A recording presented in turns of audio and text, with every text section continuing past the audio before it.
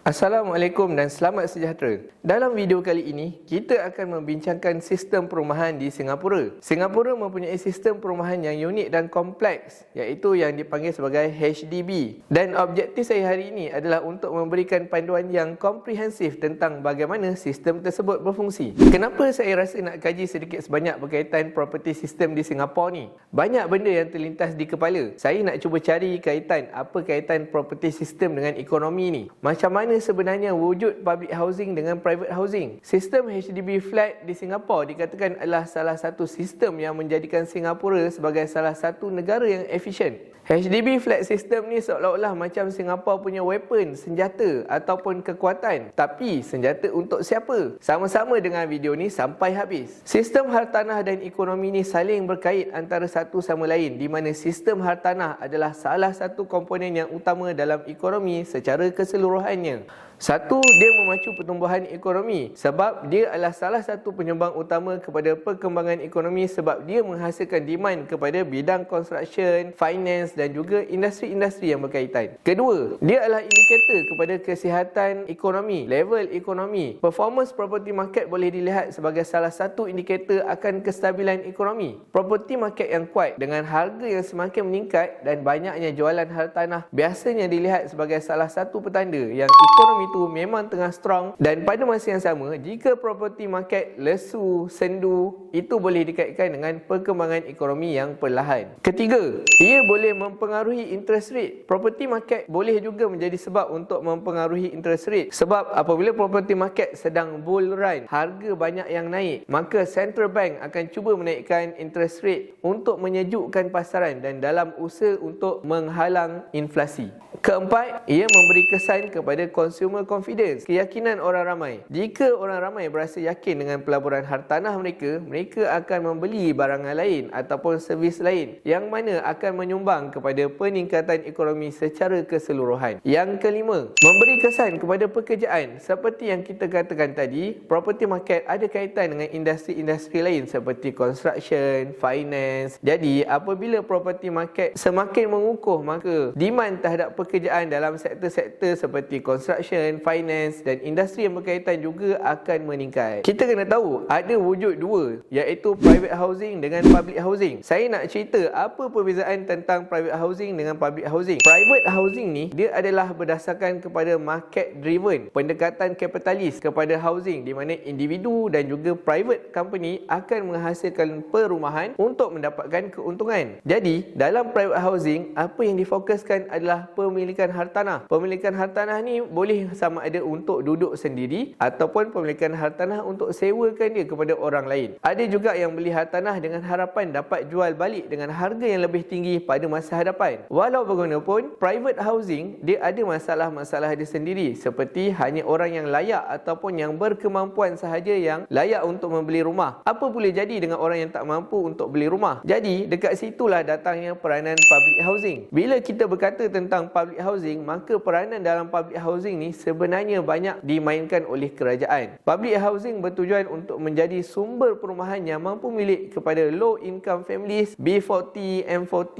yang mana mereka tak mampu pun nak beli rumah melalui private housing ataupun private market ni tadi. Antara sebab lain kenapa public housing ni sangat penting adalah nombor satu, mampu milik. Nombor dua, boleh diakses kepada sesetengah kumpulan dalam masyarakat seperti orang tua, orang kurang upaya, keluarga yang berpendapatan rendah yang ada halangan untuk dapatkan private housing ni tadi. Nombor tiga, nak menambah baik taraf hidup ataupun keadaan hidup oleh rakyat. Yang keempat, kurangkan kes-kes homelessness yang tak mempunyai rumah, sebaliknya terpaksa tinggal di jalanan sebagai contoh. Akhir sekali adalah tujuannya untuk mengurangkan kemiskinan. Ada sesetengah kumpulan dalam masyarakat kita ni yang kadang-kadang mereka memerlukan kepada bantuan seperti ini untuk mereka boleh maju lagi ke hadapan. Jika tak dibantu langsung, maka mereka akan terperangkap dalam kitaran kemiskinan, poverty cycle yang berterusan. Sebelum kita pergi lebih jauh dengan cerita kita hari ini, anda tengok video ni mesti sebab anda minat nak tahu pasal isu semasa ataupun bagaimana ekonomi berfungsi, bukan? Kalau itu adalah anda dan anda belum lagi subscribe channel ni, saya minta anda ambil tindakan sekarang dengan tekan butang like dan subscribe. Tekan butang loceng sekali supaya asal saya release je video saya, anda orang pertama yang akan nampak video saya. Okey guys, berbalik kepada HDB. Apa Apa itu HDB? HDB ni dia adalah sistem perumahan kerajaan di Singapura yang dikenali sebagai Housing Development Board, HDB. HDB bertanggungjawab untuk membangunkan, memiliki dan menyewakan perumahan awam. HDB membantu memastikan bahawa semua orang di Singapura mempunyai akses kepada rumah yang selamat dan layak. HDB dia menawarkan pelbagai jenis perumahan. Ada rumah flat, rumah berkembar dan juga rumah pangsapuri. Flat HDB boleh dibeli atau disewakan dan menawarkan pelbagai saiz dan harga yang berbeza untuk memenuhi keperluan dan permintaan pelanggan. Untuk membeli perumahan HDB, anda perlu memenuhi beberapa syarat seperti kena penuhi kriteria pendapatan dan memiliki rekod kredit yang baik. Anda juga perlu memahami cara menggunakan sistem pembiayaan seperti pinjaman perumahan dan memastikan bahawa anda memahami kontrak dan syarat-syarat pembelian. Jika anda tidak boleh membeli perumahan HDB, anda masih boleh menyewa HDB. Syarat-syarat yang sama berlaku untuk menyewa dan anda perlu memenuhi syarat pendapatan dan memiliki rekod kredit yang baik. Ada sesetengah orang yang perlu menunggu agak lama untuk dapatkan perumahan HDB, maka opsi yang mereka ada adalah mereka perlu menyewa HDB yang ada. Apakah kelebihan dan mungkin kelemahan yang ada dekat HDB di Singapura ni? Antara kelebihannya adalah HDB di Singapura dikenal pasti sebagai salah satu cara terbaik untuk memiliki rumah dengan harga yang berpatutan. Ini kerana kerajaan membantu mengurangkan kos melalui pembiayaan dan program subsidi. Flat HDB yang tersedia di pelbagai lokasi di seluruh Singapura dan masing-masing mempunyai akses kepada perkhidmatan dan kemudahan umum yang dekat. Dari segi kemudahan, flat HDB dilengkapi dengan kemudahan seperti air conditioning, dapur dan tandas. Mungkin saya tak pasti adakah ini kesemua flat HDB ataupun sesetengahnya sahaja.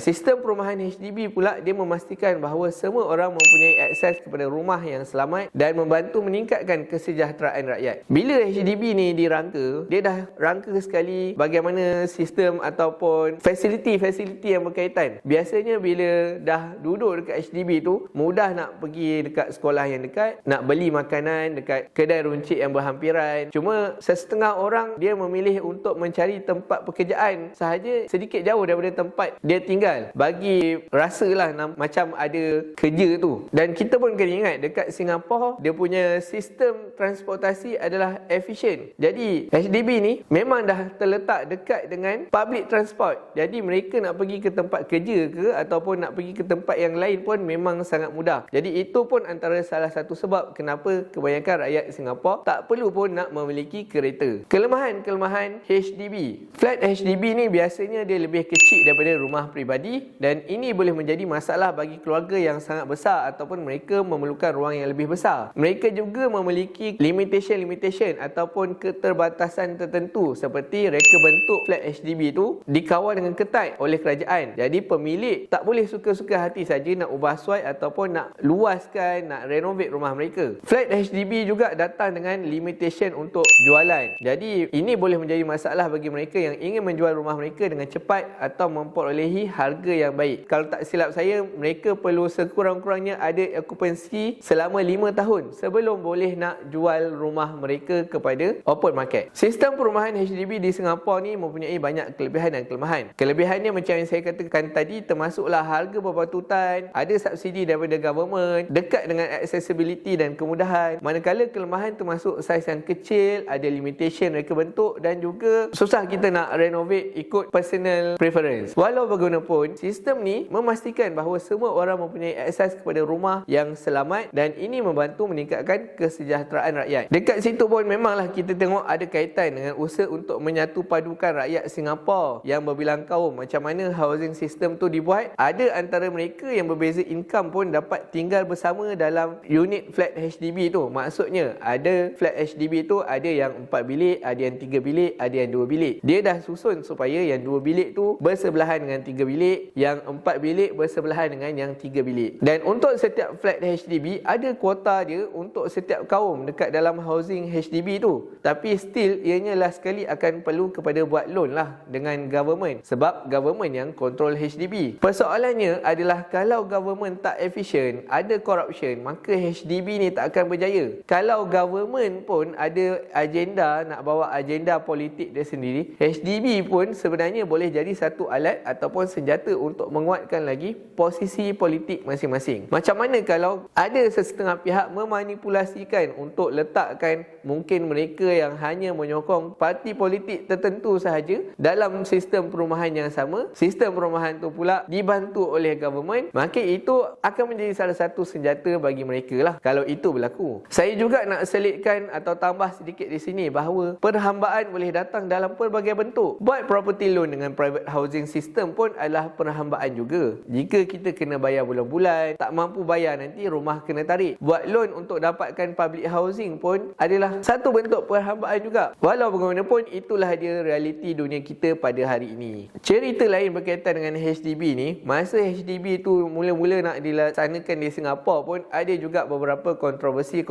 yang ada. Disebabkan tanah di Singapura ni limited, maka tak nak kenalah ada tanah yang diambil oleh kerajaan. Antaranya ada kewujudan masyarakat ataupun komuniti setinggan yang dah ada dekat Singapura, tiba-tiba berlaku kemalangan ataupun kebakaran. Lepas tu pula adalah akta yang dikeluarkan sekiranya kawasan pertempatan setinggan mengalami kebakaran, maka kerajaan bolehlah mengambil alih untuk penyusunan semula masyarakat di situ. Satu isu lain yang belum diketengahkan lagi dan mungkin akan menjadi isu pada masa akan datang adalah setiap public housing tersebut adalah leasehold 99 tahun. Jadi tak ada siapa yang tahu apakah yang akan berlaku selepas daripada tamat leasehold tersebut. Singapura tak cukup tanah. Lama kelamaan tanah yang ada akan habis dibuat pembangunan, dibuat rumah, dan segala unit yang ada pun pasti akan sudah dimiliki oleh orang lain. Persoalannya, adakah apa yang berlaku sekiranya tidak ada tanah lagi dan tidak ada unit lagi yang boleh ditawarkan kepada rakyat? Dalam masa yang sama pula, kita pun tahu antara negara yang paling mahal untuk didiami adalah Singapura. Itu juga adalah salah satu faktor yang memainkan peranan dalam sistem ekonomi di Singapura. Begitulah cerita tentang sistem hartanah ni. Saya dulu-dulu masa saya bukan berada dalam bidang kewangan ni, saya memang tak ambil tahu sangat. Kalau ada pun tak adalah mendalam. Saya rasa sedikit sebanyak dengan saya bermula dalam bidang saham, buka akaun CDS, belajar nak beli syarikat mana, syarikat tu ada dalam sektor mana, barulah sedikit sebanyak minda saya terbuka tentang flow duit dalam sistem ekonomi ni. Anda yang belum ada akaun CDS tu, apa lagi alasan anda? Jom buka akaun CDS dengan saya dengan pergi ke akaun cds.com. Sehingga berjumpa lagi dalam video-video yang akan datang.